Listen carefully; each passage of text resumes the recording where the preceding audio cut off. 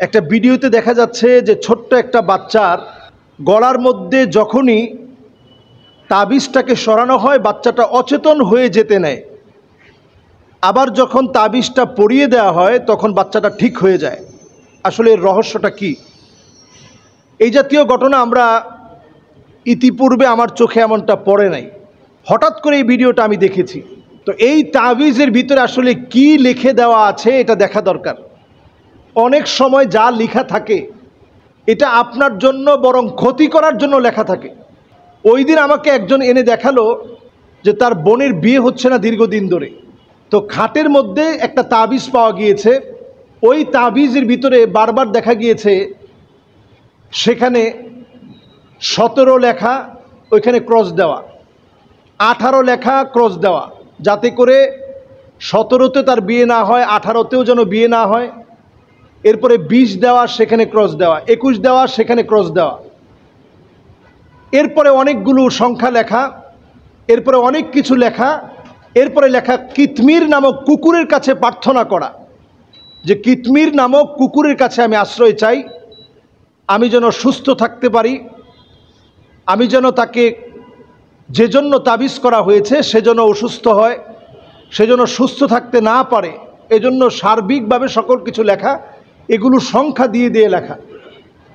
তো এই জাতীয় বিষয়গুলো আমরা অনেক সময় দেখি, আর এখন যেহেতু সোশ্যাল মিডিয়ার সময় এগুলো আমাদের চোখের সামনে চলে আসে।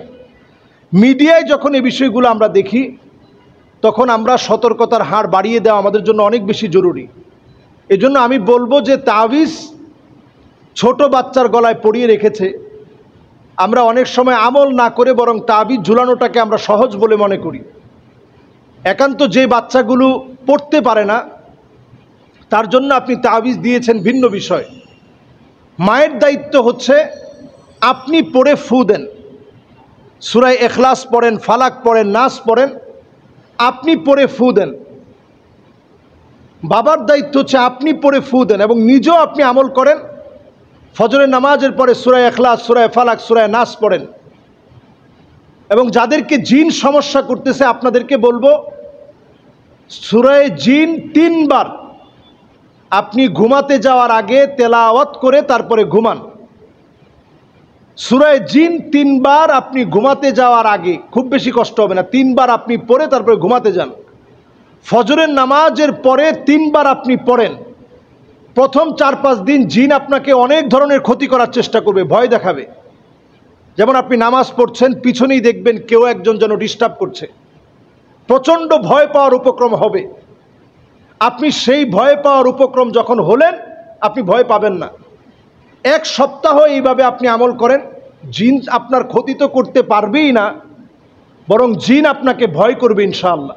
সূরা জিন ঘুমাতে যাওয়ার আগে 3 বার, ফজরের নামাজের পর 3 বার। আরেকটা আমল বেশি বেশি করবেন, আল্লাহু খায়রুন হাফিযাও ওয়া হুয়া আরহামুর রাহিমিন। আপনি কোরআনুল কারীমের এই আয়াতটা আপনি পড়ার চেষ্টা করেন, আল্লাহু খায়রুন হাফিযাও ওয়া হুয়া আরহামুর রাহিমিন। এই আয়াতে কারিমাটা আপনি তেলাওয়াত করেন।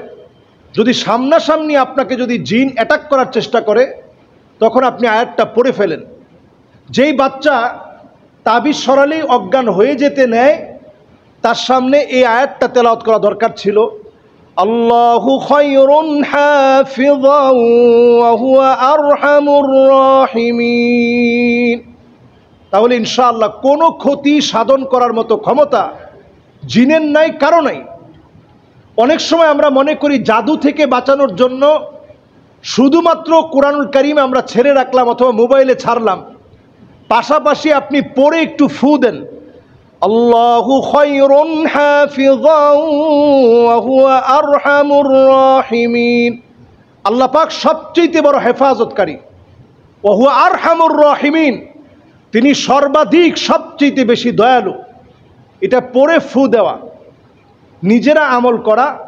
সূরা জিন ঘুমানোর আগে 3 বার, ফজরের পরে 3 বার।